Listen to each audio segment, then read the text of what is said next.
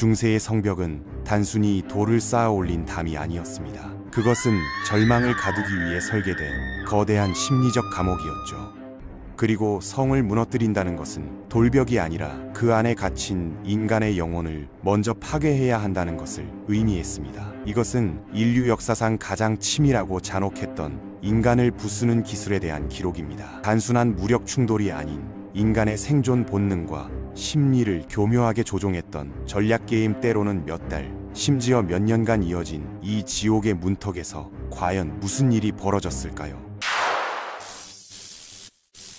가장 우아하고도 잔인했던 첫 번째 전략은 바로 봉쇄였습니다. 공격군은 성 주변을 완벽하게 포위하여 성이라는 거대한 관짝이 스스로 말라 죽기만을 기다렸죠. 이것은 외부 세계와의 모든 연결을 끊고 내부에서부터 천천히 붕괴시키는 가장 확실한 방법처럼 보였습니다. 하지만 대부분의 성은 이 느린 죽음에 맞설 준비가 되어 있었습니다. 곡물 창고에는 수십 주를 버틸 밀과 보리가, 지하 저장고에는 염장고기와 소금에 절인 채소들이 가득했죠. 성 안에는 마르지 않는 우물이 있어 스스로 완벽한 하나의 세계를 이루고 있었습니다. 오히려 진짜 문제는 공격하는 쪽이었습니다. 수천 명의 병력을 먹여 살리는 보급선은 언제나 위태로웠고 시간은 그들의 편이 아니었죠. 농번기가 오면 뼛속까지 농민이었던 병사들은 가족을 굶기지 않기 위해 고향으로 돌아가야만 했습니다. 그리고 겨울이 오면 성벽 아래에서 추위와 질병이라는 보이지 않는 적이 그들의 목숨을 갉아먹기 시작했습니다. 1266년에 케넬바 포위전은 이 전략이 얼마나 어리석었는지를 보여주는 완벽한 사례입니다. 헨리 3세의 군대는 무려 6개월 동안 성 안의 반군이 굶어 죽기만을 기다렸지만 정작 굶주리고 쓰러져 나간 것은 바로 공격군이었습니다. 성 안의 수비대는 자체적으로 물고기를 기르고 작물을 재배하며 성벽 아래의 지옥을 비웃듯 여유로운 생활을 즐겼죠. 심지어 그들은 굶주린 공격군을 조롱하며 성벽 위에서 갓 구운 빵을 던져주는 여유까지 보였습니다. 결국 먼저 무릎을 꿇고 철수한 것은 굶주림과 모멸감을 견디지 못한 공격군이었습니다. 그렇다면 남은 방법은 단 하나, 정면 돌파뿐입니다. 깃발이 바람에 춤추고 뿔나팔 소리가 심장을 울리면 용맹한 기사들은 서사시의 한 장면처럼 성벽을 향해 돌진합니다. 사다리를 들고 거대한 공성탑을 밀며 성문을 부수는 공성추를 앞세운 영웅적인 돌격이죠. 하지만 이 모든 낭만은 성벽에 닿기도 전에 핏빛으로 물들었습니다. 성벽 위에서 쏟아지는 화살비와 돌덩이, 그리고 인간의 살을 녹이는 끓는 기름은 이 모든 것을 지옥으로 바꾸어 놓았죠. 사다리를 오르는 병사는 살아있는 관역이었습니다. 한 번에 한 명씩 좁고 위태로운 길을 오르는 그들은 위에서 내리꽂는 창과 칼에 무방비로 노출되었습니다. 설령 성벽에 도달한다 해도 그곳에는 완전 무장한 채 지형의 이점까지 안고 있는 수비대가 기다리고 있었죠. 바퀴 달린 거대한 나무 괴물, 공성탑은 어떻습니까? 성벽까지 다가가 다리를 놓는 그 위용은 분명 압도적이었지만 그 거대한 몸집은 불화살을 위한 완벽한 표적이었습니다. 수비군이 불화살을 쏘기 시작하면 그것은 승리를 향한 다리가 아니라 수십 명을 태워 죽이는 거대한 관짝으로 변해버렸습니다. 성문을 부수는 공성추 역시 마찬가지였습니다. 거북이처럼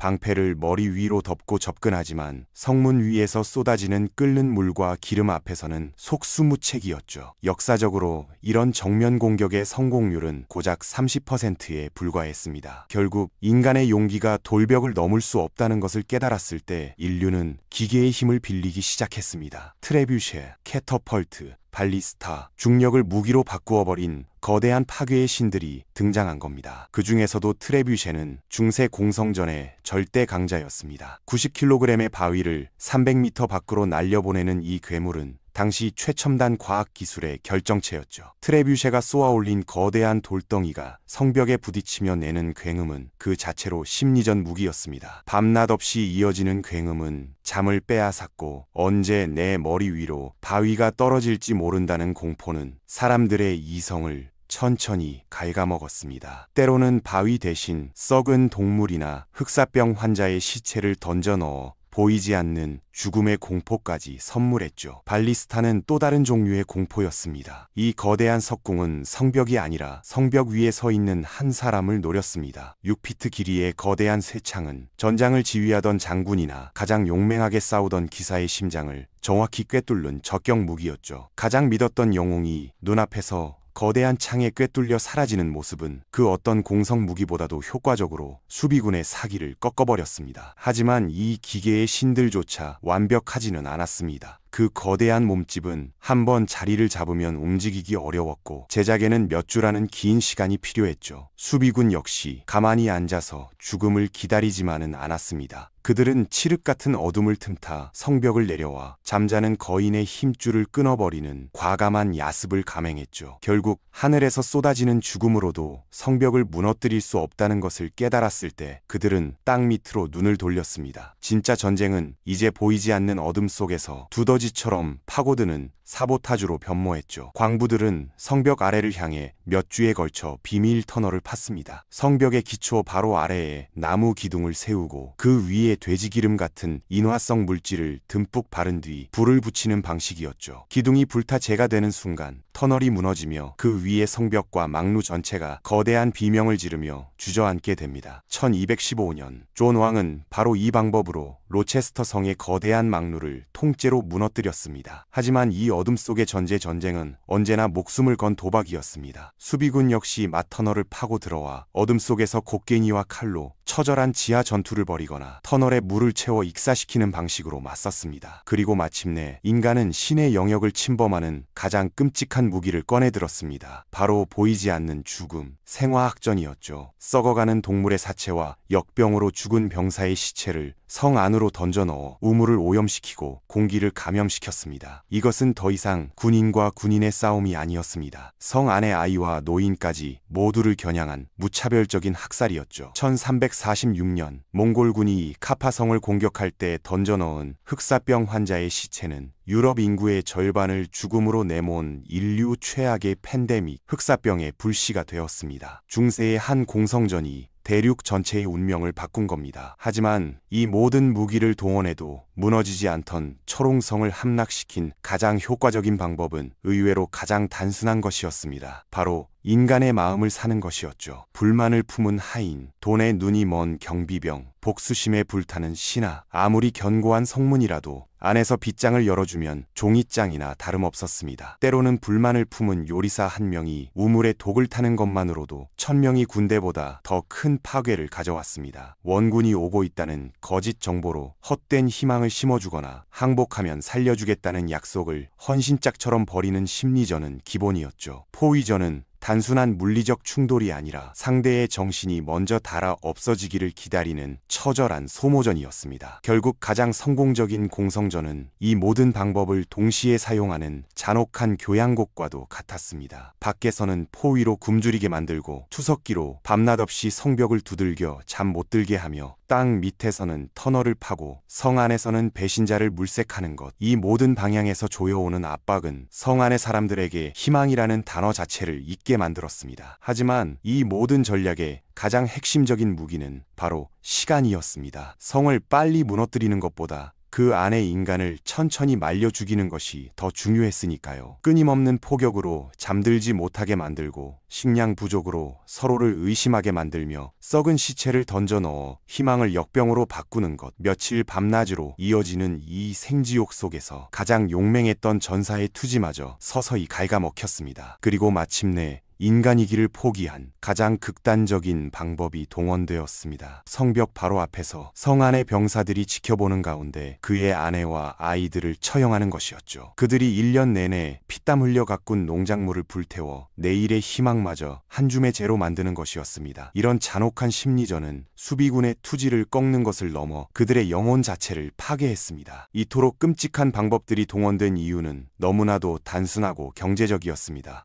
한 번의 잔혹한 본보기는 다른 수십 개의 성이 피를 흘리지 않고 스스로 성문을 열게 만드는 가장 효율적인 투자였기 때문이죠. 소문은 그 어떤 공성 무기보다도 빠르게 퍼져나가 저항하려는 의지 자체를 뿌리 뽑아버렸습니다. 중세 공성전의 마지막은 그래서 승리가 아니었습니다. 그것은 완전한 절망의 다른 이름이었죠. 모든 희망이 사라지고 인간으로서의 모든 존엄을 포기했을 때 성문은 마침내 안에서부터 열렸습니다. 하지만 살아남은 자들에게 남은 것은 아무것도 없었습니다. 공격자도 수비자도 모두가 인간성의 일부를 그 성벽 아래에 영원히 묻고 떠나야만 했습니다. 전쟁은 끝났지만 그들의 영혼에 새겨진 트라우마는 죽는 날까지 계속되었습니다. 결국 중세의 성공략법은 단순한 군사 전술이 아니었습니다. 그것은 인간의 가장 깊은 본성을 해부하고 그 약점을 파고드는 잔혹한 심리과학이었죠. 물리적 파괴와 심리적 압박, 정치적 조작과 도덕적 타락까지 인간이 사용할 수 있는 모든 무기가 동원된 총체적 전쟁이었습니다. 그 과정에서 승자와 패자 모두에게는 지워지지 않는 상처만이 남았습니다. 이것이 바로 인간의 창의성이 가장 잔혹하게 빛났던 순간의 기록입니다. 오늘날 우리가 감탄하며 바라보는 저 아름다운 중세의 성들은 사실 수많은 비명과 눈물이 쌓여 만들어진